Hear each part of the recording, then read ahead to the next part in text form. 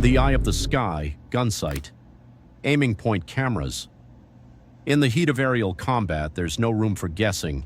This is the gun sight aiming point camera, the mechanical eye that changed aerial warfare forever. Mounted alongside the aircraft's guns, these specialized cameras weren't just for documentation. They synchronized perfectly with the trigger, using precision-engineered lenses to project a target reticle directly onto the film. The engineering was brutal.